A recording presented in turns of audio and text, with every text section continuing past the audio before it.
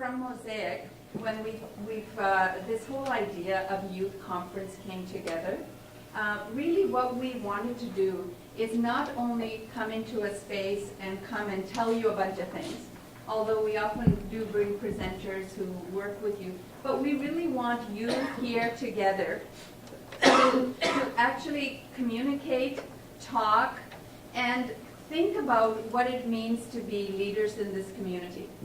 This conference every year, we hold it during a week that's called National Victims of Crime Awareness Week. So what does that mean? What that means is that this week, people across Canada pause in many, many different places across Canada to acknowledge the fact that in our communities, sometimes things happen. People behave in such ways that's hurtful to other people. And quite often when that happens, we know that there's good things happening in the world, and then there's not such good things. But the question really comes is, who's going to turn that around? Who's going to stop, or who's going to take part in creating a world that we all want to live in? This is our reason, the ITRA. But one would ask, why are we doing these forums with youth? Because we have a responsibility as a voluntary organization, as a civic organization. We have a responsibility to guide and lead and be part of the community. So it is our responsibility to listen what the communities are saying, to listen to what the challenges the communities are facing, and be part of that solution. You're here not to debate ideas. You're here to dialogue. You're here to interact. You're here to listen and to learn, and to give and to receive.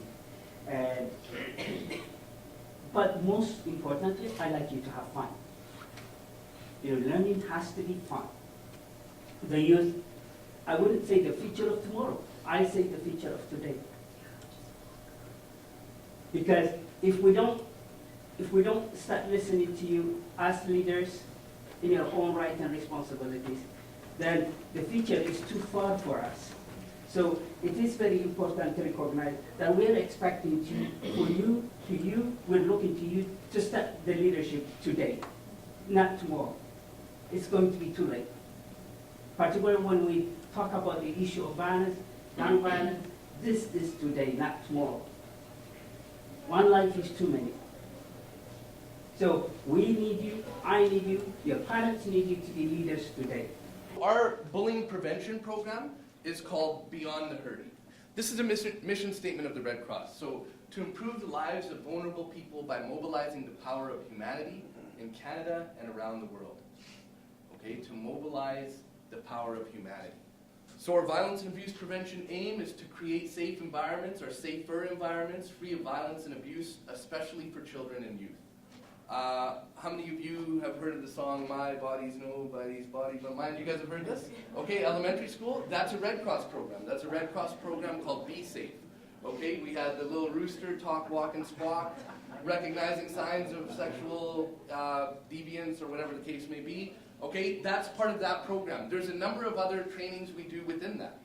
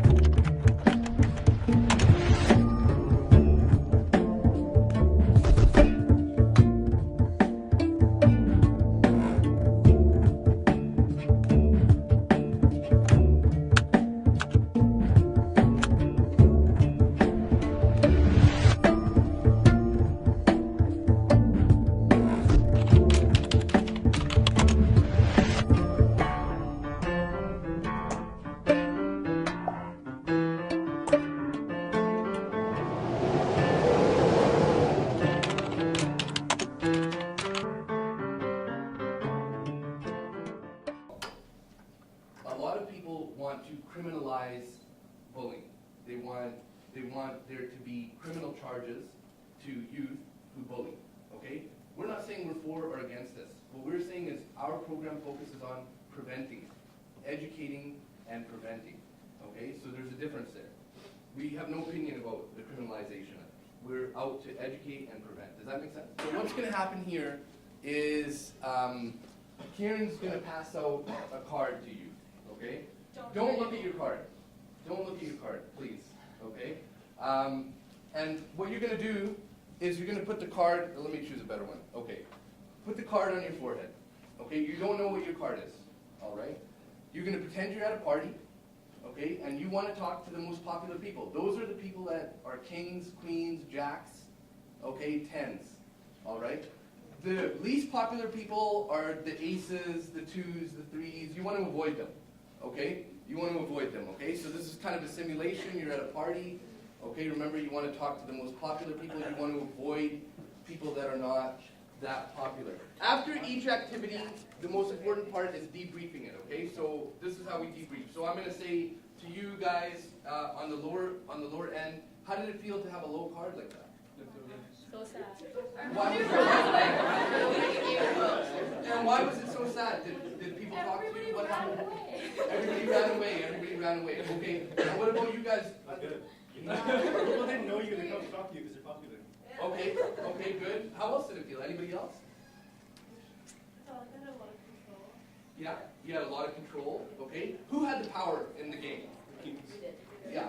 They definitely had the power. So there's two key points. Bullying is connected to power because it's a misuse of power. It's an intentional misuse of power. Okay, it's not by accident. It's an intentional misuse of power. Okay, and everyone has the power to help or hurt others in some way, whether you feel like you do or not. Times have changed. Times have changed, and bullying is a different game now. All right, it's a totally different thing.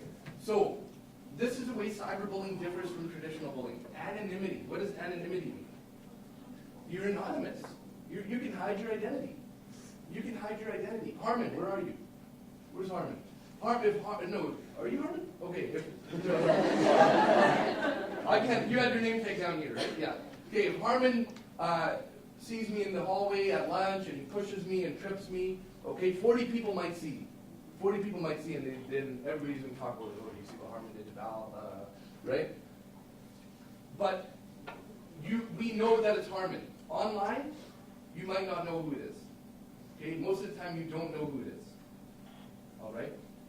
Accessibility is not constrained by time. Harmon, can I use you as an example again? Sure. Okay. Accessibility. Now, when Harmon bullies me every day at lunch and after school, okay, at least at 3:30 when the bell goes, I can go home. I can go home, I can go play basketball, I can go play soccer with my friends, where I might be the best player. I might have a very different role, all right? But at school the next morning, I'll have to see Harmon again and deal with it all over again. Cyberbullying knows no time. There's no time in the cyber world. There's no concept, especially if you have a smartphone. You wake up next to your Facebook page, you go to sleep next to your Facebook page. If you're being bullied online, it's there with you all the time. Cyberbullying doesn't care about a school bell. Do you guys agree? Okay. Punitive fears, we've talked a little bit about it, okay? Punitive fears means, well, we don't quite know how to deal with this. All right? And it gets serious. It gets really serious. So, how do we punish? How do we educate? How do we go about doing these things? When you guys are in our position, running Red Cross programs and teaching and working with youth and doing what you do, you guys will be so much better equipped to deal with these situations than we are, or people that are older than us. Because we didn't grow up with that. Bystanders, an increased number. Okay, like I said, Harmon tripped me and 43 people saw in the hallway. Online, it's open to anybody in the world that has the internet. I think it was definitely like, we all know bullying and about its effects, but we always need that little reminder and that nudge that, hey, speaking up does make a difference. I know she mentioned a fact where she said that in the first 10 minutes, if someone speaks up, 15% of the time bullying does stop. And if you think about it, that can be a lot of lives in Canada. We always see it, oh, it's so sad that someone took away their life because of bullying, but we have to actually take a stand and say something about it. Most importantly, like I think, like our generation has a lot of knowledge about this stuff because we were always given that knowledge. But I think now the generations younger than us really need stuff like this to like educate themselves. And we are doing images about the whole universe. We don't have a theme now. It's just an image about anything. So somebody to complete this particular image. So popular theater is a methodology that uses people's experience that are shared collectively through games and exercises. And in this particular setting, popular theater can be used or is used to look at a particular community experience and look at situations where in those experiences there is bullying or injustice or the victimization of some members of the community. And through the popular theater, the community looks at solutions or steps that can be done to stop that oppression, stop that victimization, and find avenues for restoring the dignity of everyone and solving the problem or uprooting the situation of injustice or abuse. I had a messed up childhood. I had everything from domestic violence to parents trying to kill each other, suicide attempts, to a lot of violence at home. I was abused physically quite a bit, made me a lot stronger.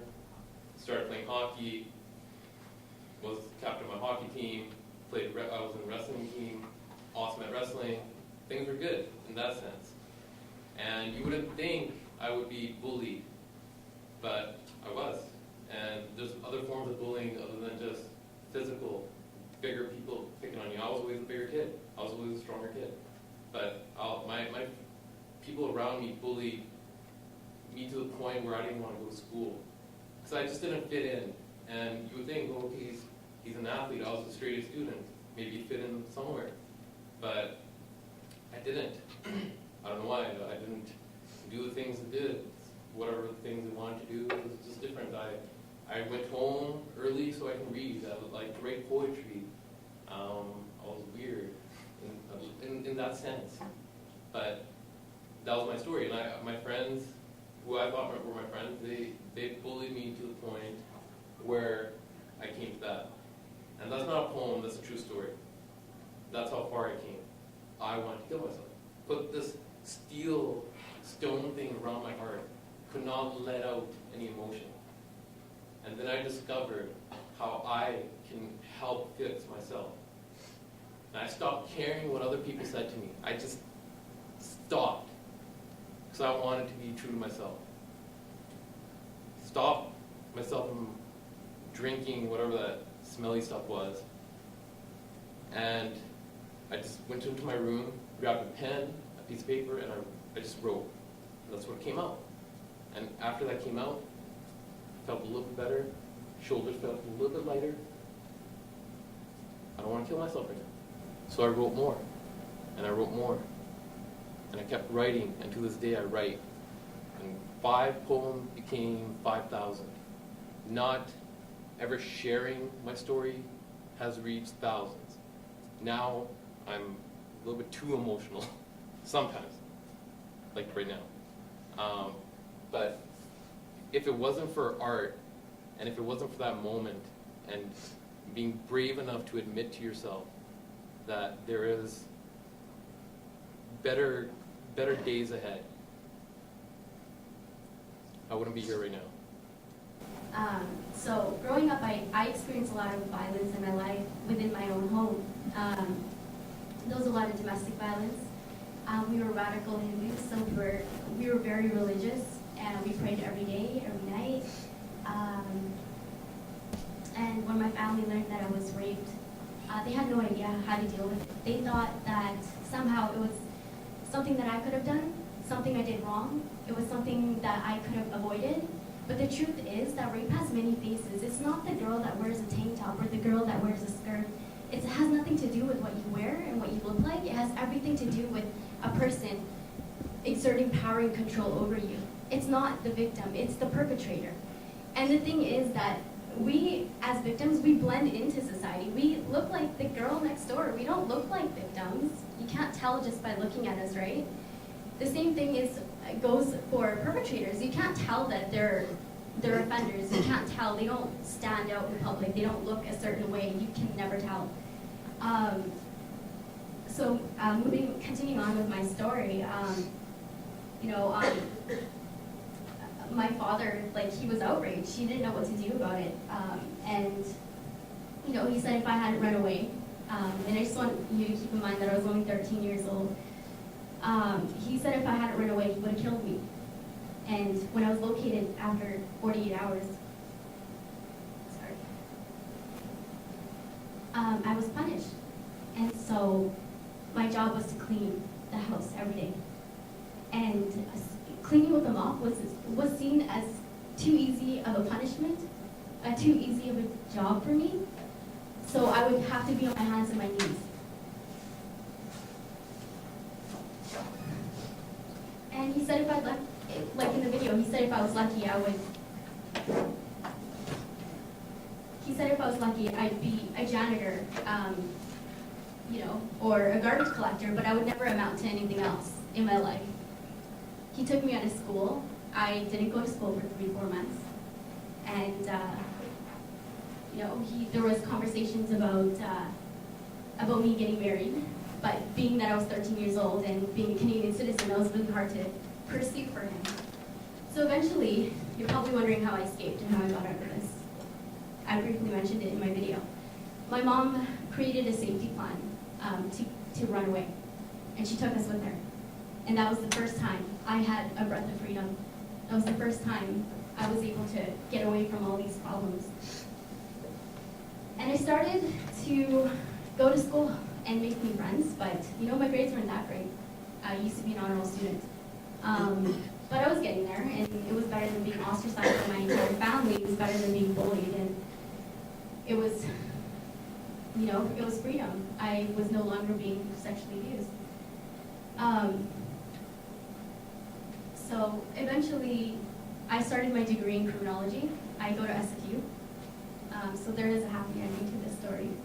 And I started to be curious. I wanted to know why this was happening, and I learned that it has so much more to do than my own story, what happened to me. I realized that this happens a lot to a lot of girls.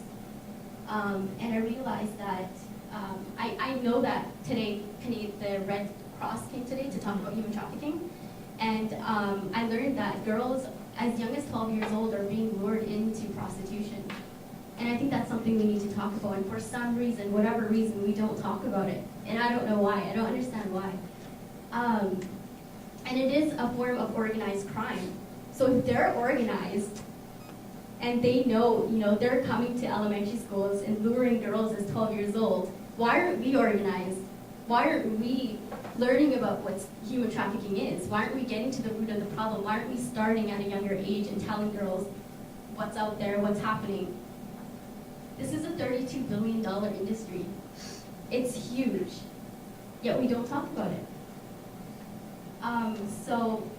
One of my favorite quotes is from Martin Luther King, and he said many, many wise things, but one of my favorite things is, in the end, what will hurt you most is not the words of your enemies, but the silence of our friends. So I'm asking you to talk about it. I'm asking you to learn about human trafficking, domestic violence, and bullying. I'm asking you to step out and help those people that are in need. We're going to create more awareness because we're older than all these kids and they look up to us and we're the role models. So whatever example we set for them, they'll follow us. And if we see bullying and act and show our anger about it, they'll follow along and also believe whatever we say. So you just need to be educated, and us being older, provide the education to the little kids who need it. To stand up and say something besides just staying in the background. It's okay to stand up against bullying, even though the majority might be the bullies. It's okay to be the minority and say stop, this is wrong and it shouldn't be happening.